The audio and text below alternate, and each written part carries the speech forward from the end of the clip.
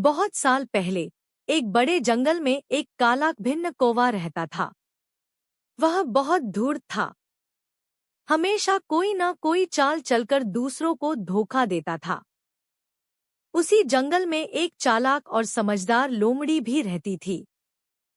लोमड़ी कभी भी कौवे की शरारतों में नहीं फंसती थी। इसलिए कौवे की हमेशा यह इच्छा रहती कि किसी तरह लोमड़ी को हराया जाए। एक दिन कौवे को गांव से गर्मागर्म रोटी का टुकड़ा मिला। वह पेड़ पर बैठकर खाने लगा। लोमड़ी ने देखा और हंसते हुए बोली, कौवे, तुम्हारी आवाज कितनी मधुर है। अगर तुम कोई गाना सुनाओ तो मेरा मन बहुत प्रसन्न हो जाएगा। कौवा चापलूसी में आ गया। उसने अपनी चोंच खोली और रोटी नीचे गिर गई। लेकिन इस बार चालाक लोमड़ी ने उसे तुरंत नहीं उठाया। उल्टे वह शांत होकर बोली, मैं तुम्हें धोखा देने नहीं आई थी।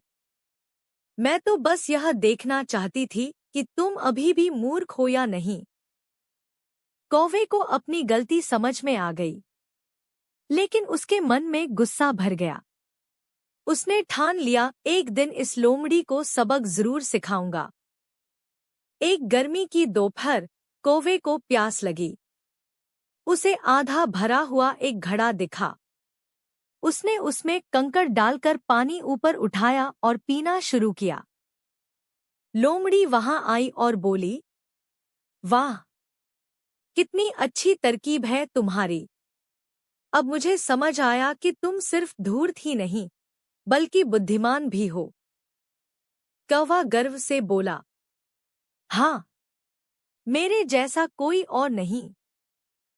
लेकिन लोमड़ी ने फिर चतुराई से पूछा, तो बताओ, अगर घड़ा उलट गया तो तुम पानी कैसे निकालोगे?